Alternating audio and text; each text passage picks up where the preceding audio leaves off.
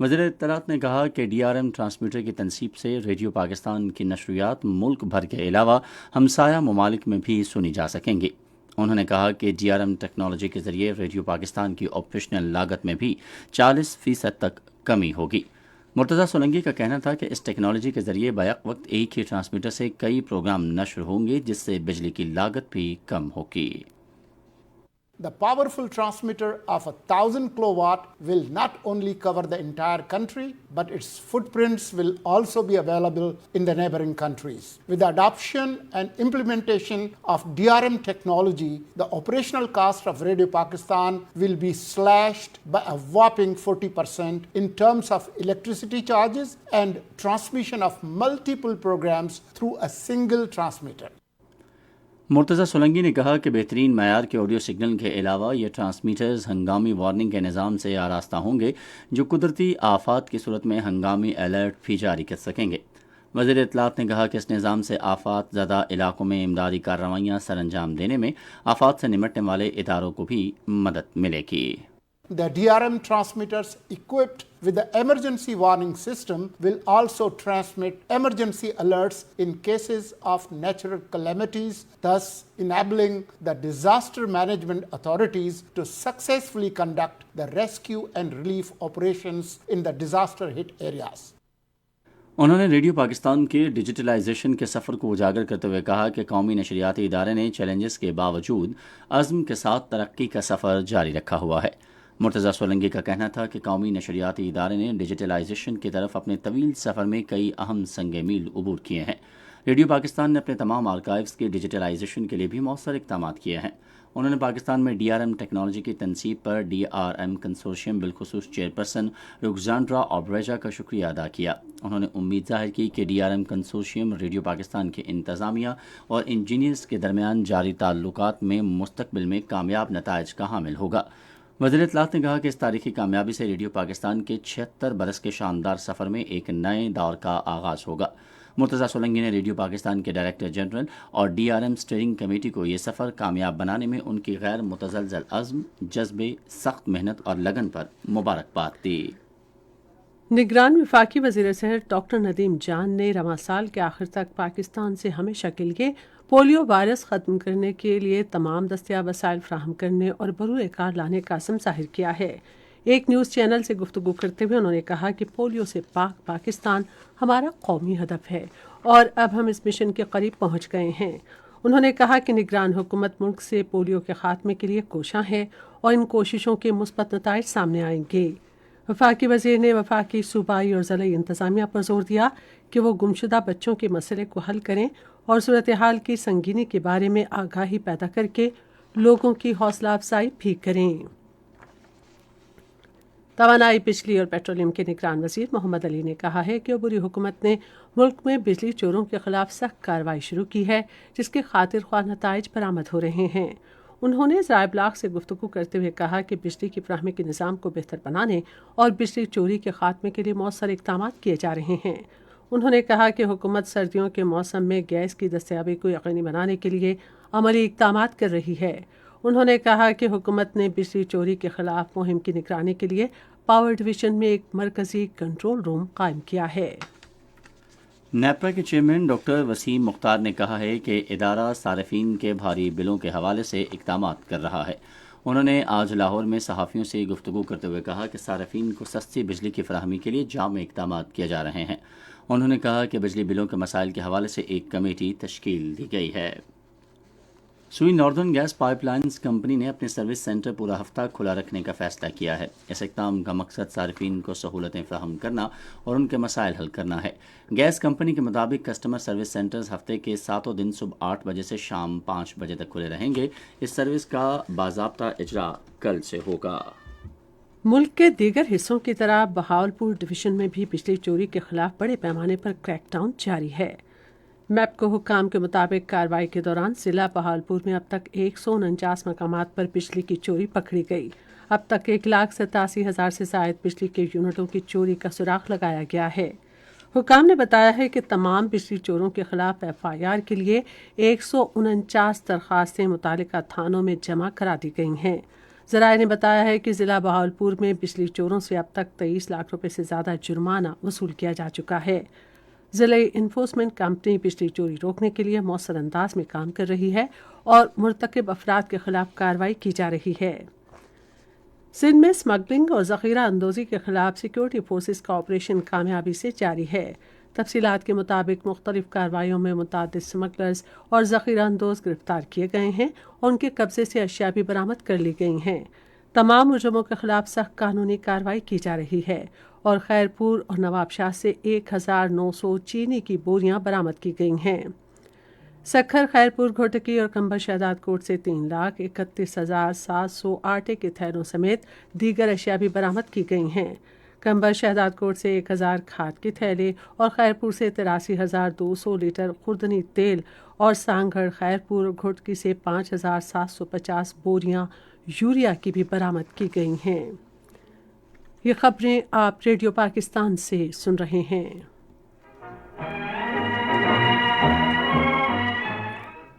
سندھ کے گورنر نے ہدایت کی ہے کہ گورنر ہاؤس میں نصب امید کی گھنٹی کے ذریعے عوام کی جانب سے موصول ہونے والی شکایات ترجیحی بنیادوں پر حل کی جائیں گی۔ انہوں نے آج گورنر ہاؤس کراچی میں امید کی گھنٹی کے حوالے سے ایک جائزہ اجلاس کی صدارت کے دوران ہدایت کی کہ ملازمتوں، مالی معاونت اور علاج معالجے کے حوالے سے درخواستیں کراچی کے ایوان صنعت و تجارت، صنعتی اداروں، پاکستان بیت المال اور دیگر تنظیموں کو بھجوائی جائیں۔ اجلاس کو بتایا گیا اب تک 60,000 افراد کو راشن فراہم کیا گیا ہے اور ملازمتوں کے لیے 5,000 درخواستیں موصول ہوئی ہیں۔ پنجاب کے نگراں وزیر اعلیٰ محسن نقوی نے کہا ہے کہ لاہور رنگ روڈ منصوبے کی جلد تکمیل ان کا مشن ہے۔ تفصیل ریڈیو پاکستان لاہور کے نمائندے قاسم بخاری سے۔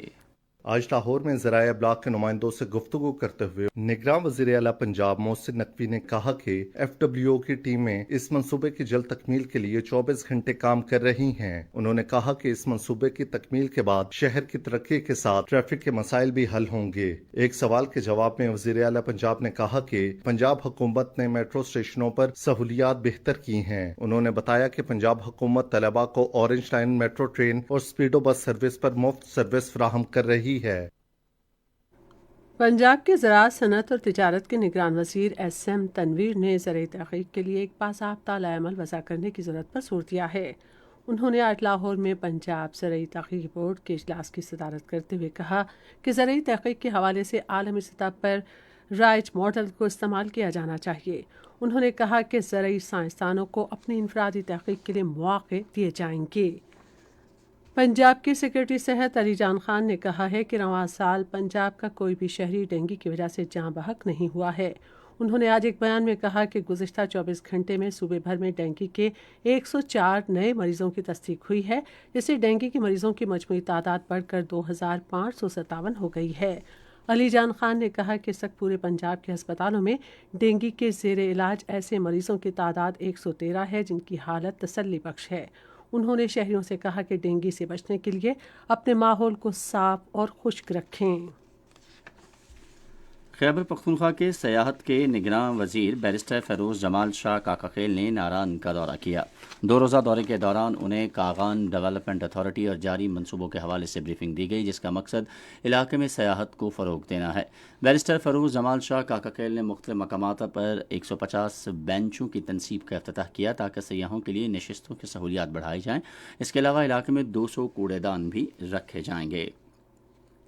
ریڈیو پاکستان پشاور کے صاحبزادہ عبدالقیوم آڈیٹوریم میں منگل کو نعت خوانی کے سالانہ صوبائی مقابلے کے انعقاد کی تیاریاں بھرپور انداز میں جاری ہیں۔ نگراں صوبائی وزیر اطلاعات بیرسٹر فیروز جمال شاہ کاکاخیل تقریب کے مہمان خصوصی ہوں گے۔ مقابلے میں شریک مرد و خواتین نعت خوانوں کے درمیان 4 کیٹیگریز میں مقابلے ہوں گے۔ پہلی کیٹیگری میں 15 سال تک کی عمر کے نعت خوانوں کے درمیان مقابلہ ہوگا۔ دوسری کیٹیگری میں 15 سے 25 سال تک کے نعت خوان شریک ہوں گے۔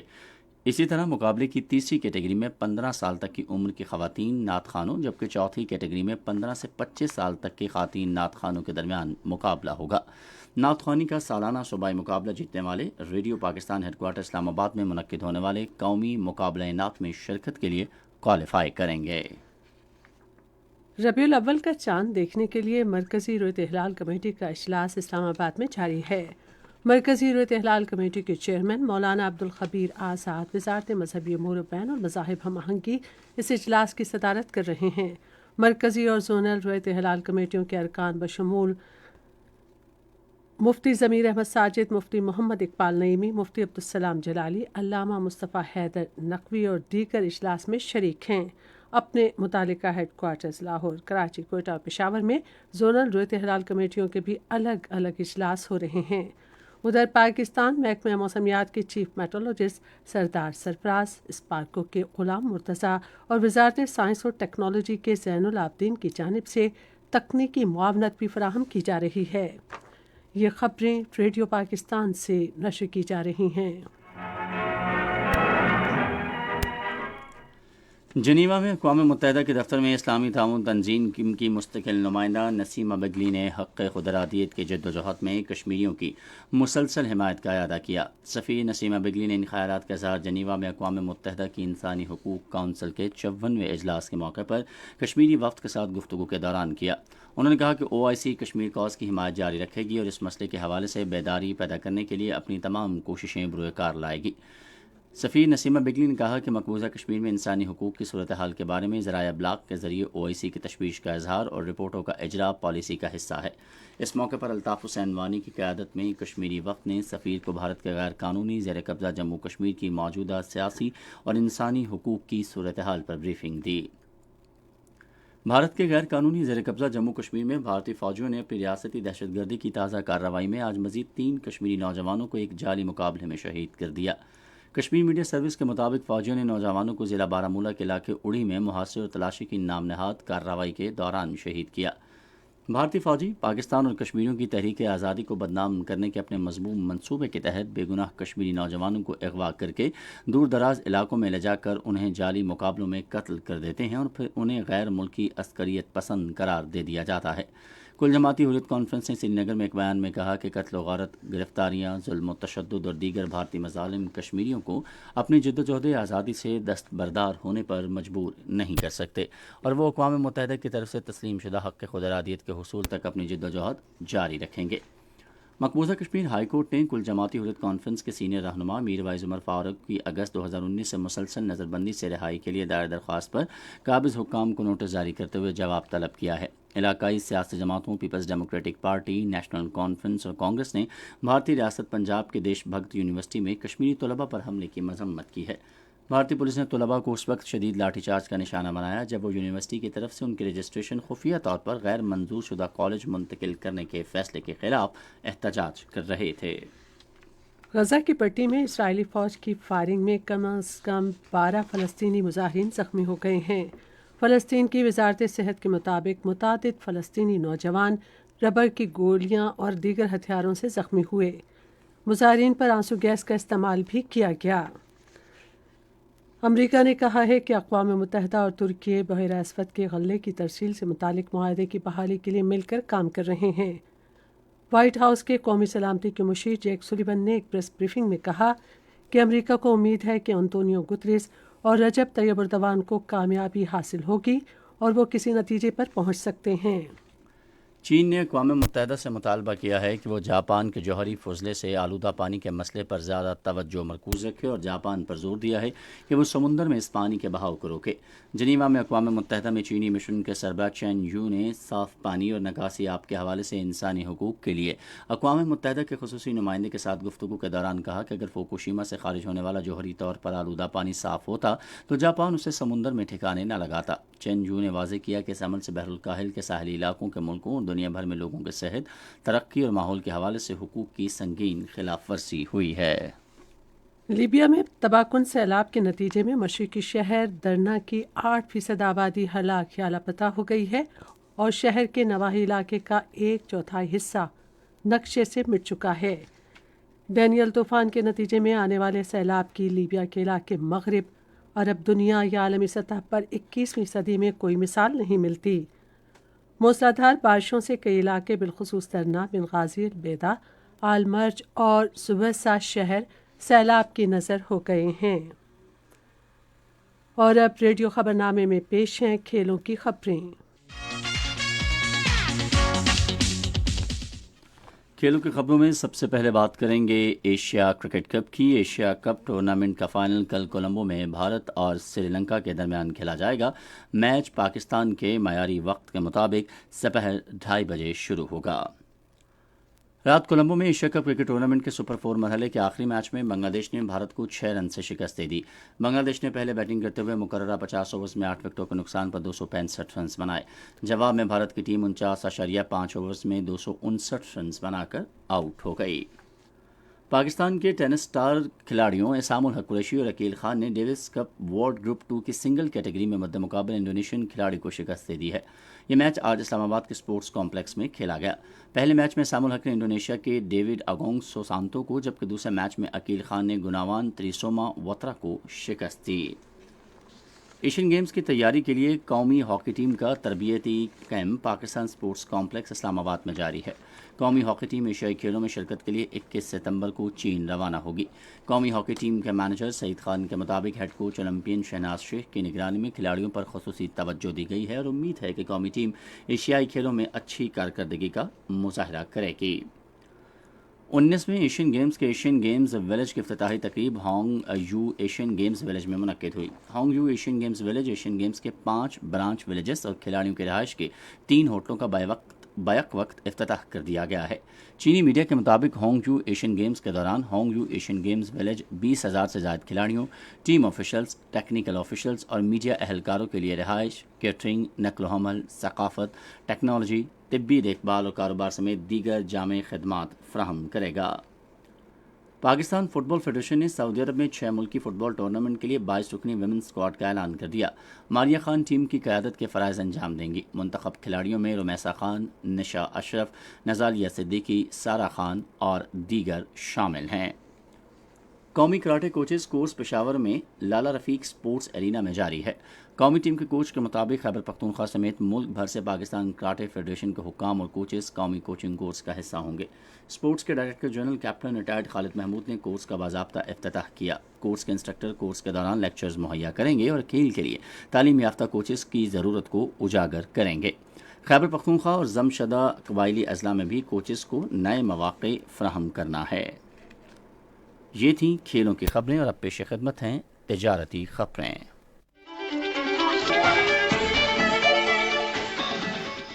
نگران حکومت نے بین الاقوامی منڈی میں قیمتوں کے بڑھتے ہوئے رجحان کی وجہ سے پیٹرولیم مصنوعات کی قیمتوں میں رد و بدل کیا ہے۔ فائنانس ڈویژن کی طرف سے جاری کردہ نوٹیفیکیشن کے مطابق پیٹرول کی نئی قیمت 26 روپے 2 پیسے اضافے کے بعد 331 روپے 38 پیسے ہو گئی ہے، جبکہ ہائی اسپیڈ ڈیزل کی قیمت 17 روپے 34 پیسے اضافے کے بعد 329 روپے 18 پیسے ہو گئی ہے۔ بینکوں کی ڈپازٹس، مختصر مدت کے قرضوں اور سرمایہ کاری میں اگست کے دوران اضافہ ریکارڈ کیا گیا ہے۔ اسٹیٹ بینک کی جانب سے اس حوالے سے جاری کردہ اعداد و شمار کے مطابق اگست میں بینکوں کے ڈپازٹس کا حجم 26,110 ارب روپے ریکارڈ کیا گیا، جو گزشتہ سال اگست کے مقابلے میں 17.9% زیادہ ہے۔ گزشتہ سال اگست میں بینکوں کے ڈپازٹس کا حجم 22,152 ارب روپے ریکارڈ کیا گیا۔ جولائی کے مقابلے میں اگست میں بینکوں کے ڈپازٹس میں ماہانہ بنیادوں پر 1.6% کی نمو ہوئی۔ جولائی میں بینکوں کے ڈپازٹس کا حجم 25,702 ارب روپے ریکارڈ کیا گیا تھا۔ 20ویں چین آسیان ایکسپو کا افتتاح چین کے صوبے گوانگشی کے شہر ناننگ میں ہو گیا، جس میں 45 ممالک اور خطوں کی منفرد مصنوعات نمائش کے لیے رکھی گئی ہیں۔ چینی میڈیا کے مطابق چینی وزارت تجارت کے ترجمان شوجوئی ٹینگ نے اس حوالے سے کہا ہے کہ تقریباً 2000 کمپنیز ایکسپو میں شرکت کر رہی ہیں اور یہ تعداد گزشتہ ایکسپو کے مقابلے میں 18.2% زیادہ ہے۔ ان کمپنیز میں دنیا کی سر فہرست 500 اور چین کی سر فہرست 500 انٹرپرائزز شامل ہیں۔ یہ تھیں تجارتی خبریں، اور اب پیش ہیں فن کی دنیا سے کچھ خبریں۔ پاکستانی اداکارہ سارہ خان اپنے آنے والے نئے ڈرامے نمک حرام کے ساتھ جلد دوبارہ ٹی وی اسکرین پر نظر آئیں گی۔ نمک حرام ڈرامے کی ہدایت شکیل خان نے دی ہے۔ اس کی کہانی نویس ثقلین عباس اور فرحان کیسر اور مومنہ درید اس ڈرامے کی پروڈیوسر ہیں۔ مشہور ڈرامہ اداکار اور ماڈل عمران اشرف سارہ خان کے مد مقابل مرکزی کردار ادا کریں گے۔ ڈرامے کا ٹیزر شائقین کے لیے جاری کر دیا گیا ہے اور اگلے مہینے اس ڈرامے کو پیش کیا جائے گا۔ نگراں وزیر اعلیٰ پنجاب محسن نقوی نے لاہور کے چڑیا گھر اور سفاری پارک کو بہتر بنانے کی منظوری دی ہے۔ انہوں نے کہا کہ پارک میں مزید سہولیات بھی فراہم کی جانی چاہیے اور ان کو عالمی معیار کے مطابق اپ گریڈ کیا جائے گا۔ انہوں نے سفاری پارک میں صحرا، سالٹ رینج اور افریقن زون بنانے کی ہدایت کی اور کہا کہ نائٹ سفاری بھی شروع کی جانی چاہیے۔ انہوں نے کہا کہ لوگ اربن سفاری پارک میں خصوصی ہٹس میں قیام کریں گے۔ یہ تھی فن کی دنیا سے خبریں، اور ابھی آپ کو لیے چلیں گے سائنس کی دنیا میں۔ ماہرین نے چیٹ جی پی ٹی کی مدد سے صرف 7 منٹ میں ایک سافٹ ویئر لکھا ہے، اس کا کوڈ بنایا اور جانچ بھی کی ہے۔ چائنا ویب سائٹ کے مطابق امریکی براؤن یونیورسٹی اور چینی جامعات نے مل کر یہ کام کیا ہے۔ اس کا مقصد یہ دیکھنا تھا کہ آیا اے آئی سافٹ ویئر کم سے کم انسانی مداخلت سے کوئی پروگرام بنا سکتا ہے یا نہیں۔ پہلے اس کے لیے فرضی کمپنی چیٹ کے نام سے بنائی گئی۔ پھر ضمن میں 4 کام اہم ہیں، جن میں پلاننگ، کوڈنگ، ٹیسٹنگ اور ہدایات کی لکھائی شامل ہے۔ پیغام رساں ایپلیکیشن واٹس ایپ کے اینڈرائڈ بیٹا ورژن میں چینلز میں اپ ڈیٹس پر رد عمل دینے کا فیچر آزمائش کے لیے پیش کر دیا گیا۔ واٹس ایپ بیٹا انفو کی رپورٹ کے مطابق واٹس ایپ کی جانب سے بیٹا صارفین کو متعدد ایموجیز پیش کیے گئے ہیں، جن کو استعمال کرتے ہوئے وہ اپ ڈیٹ پر تعریفی، اداسی، حیرت یا مزاحیہ رد عمل دے سکیں گے۔ جنوبی کوریا کے سائنسدانوں نے ایک مائکرو ڈرون بنایا ہے جو روایتی ڈرون سے 150 درجے کم توانائی استعمال کرتا ہے، ہوا سے بجلی بناتا ہے اور یوں طویل عرصے تک معلق رہ سکتا ہے۔ یہ تھیں سائنس کی دنیا سے کچھ خبریں، اور اب سنتے ہیں موسم کا حال۔ گزشتہ 24 گھنٹے کے دوران سب سے زیادہ بارش پنجاب میں راولپنڈی میں چکلالہ کے مقام پر 72، شمس آباد 50، اسلام آباد 59، 0.54، سید پور پہ 37، ایئرپورٹ 36، گوڑلہ میں 19، ٹوبا ٹیکسنگ میں 28، جہلم 23، منگلہ 15، جنگ 9، مری میں 12، ملتان ایئرپورٹ پہ 3، خانیوال 2، خیبر پختونخوا میں دیر کے مقام پر 45، کاکل 27، بنیر 22، سید الشریف 18، معلم جبہ 11، بالا کوٹ 7، کشمیر میں گڑھی دوپٹہ 13، مظفر آباد 8، راولہ کوٹ بھی 8 اور بلوچستان میں بارخان کے مقام پر 2 ملی میٹر بارش ریکارڈ کی گئی۔ آج ریکارڈ کیے زیادہ درجہ حرارت سبی، خیرپور اور دادو میں 42 ڈگری سینٹی گریڈ ریکارڈ کیا گیا۔ آئندہ 24 گھنٹے کے دوران شمال مشرقی و جنوبی پنجاب، خیبر پختونخوا، خطہ پٹوہار، اسلام آباد، جنوب مشرقی سندھ، شمال مشرقی بلوچستان، گلگت بلتستان اور کشمیر میں تیز ہواؤں، آندھی اور گرج چمک کے ساتھ بارش کا امکان۔ اس دوران بالائی خیبر پختونخوا، کشمیر، خطہ پٹوہار، مشرقی اور جنوبی پنجاب اور جنوب مشرقی سندھ میں چند مقامات پر موسلادھار بارش کا بھی امکان ہے۔ موسم کی تازہ ترین صورتحال ہم نے سنی ماہر موسمیات محمد ایاز سے۔ آخر میں خبرنامہ ختم کرنے سے پہلے اہم خبروں کا خلاصہ ایک بار پھر سن لیجیے۔ نگراں وزیر اعظم نے تنازع کشمیر کو تمام عالمی اور علاقائی فورمز پر اجاگر کرنے کے پاکستان کے عزم کا اعادہ کیا ہے۔ نگران وزیر اطلاعات نے کہا ہے کہ ریڈیو پاکستان اپنی نشریات کو عالمی معیار کے مطابق ڈھالنے کے لیے ڈیجیٹل ریڈیو مونڈیال ٹیکنالوجی کی جانب بڑھ رہا ہے۔ نگراں وزیر صحت نے اس سال کے آخر تک ملک سے پولیو کے خاتمے کا عزم ظاہر کیا ہے۔ توانائی کے نگران وزیر نے کہا ہے کہ ملک میں بجلی چوری کے خلاف سخت کارروائی کے مثبت نتائج حاصل ہو رہے ہیں۔ National electric power regulatory authority نے صارفین کو ملنے والے بھاری بلوں کی جانچ پڑتال کے لیے ایک کمیٹی قائم کی ہے۔ سوئی ناردرن گیس پائپ لائنز لمیٹڈ نے اپنے سروس سینٹر پورا ہفتہ کھلے رکھنے کا فیصلہ کیا ہے۔ اسلامی تعاون تنظیم نے کشمیریوں کی حق خود ارادیت کی منصفانہ جدوجہد کی حمایت جاری رکھنے کے عزم کا اعادہ کیا ہے۔ ایشیا کپ کرکٹ ٹورنامنٹ کا فائنل کل کولمبو میں سری لنکا اور بھارت کے درمیان کھیلا جائے گا۔ خبرنامہ آپ نے سنا۔ پینل انجینئر تھے عادل افتخار، سپروائزر شعبہ اردو محمد یاسر،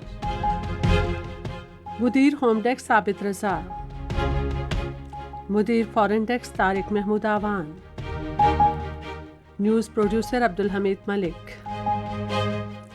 مدیر اعلیٰ سعید احمد قریشی، نگران اعلیٰ نصیر اللہ نجم۔ پیشکش شعبہ خبر ریڈیو پاکستان۔ مزید خبروں اور تجزیوں کے لیے ہماری ویب سائٹ radio.gov.pk اور آپ ہمارے فیس بک کے link radio Pakistan news official پر ہماری براہ راست ویڈیو اسٹریمنگ ملاحظہ کر سکتے ہیں۔ خبرنامے کی ٹیم کے ساتھ عمرانہ ناہید اور ایاز اسلم کو دیجیے اجازت، اللہ نگہبان۔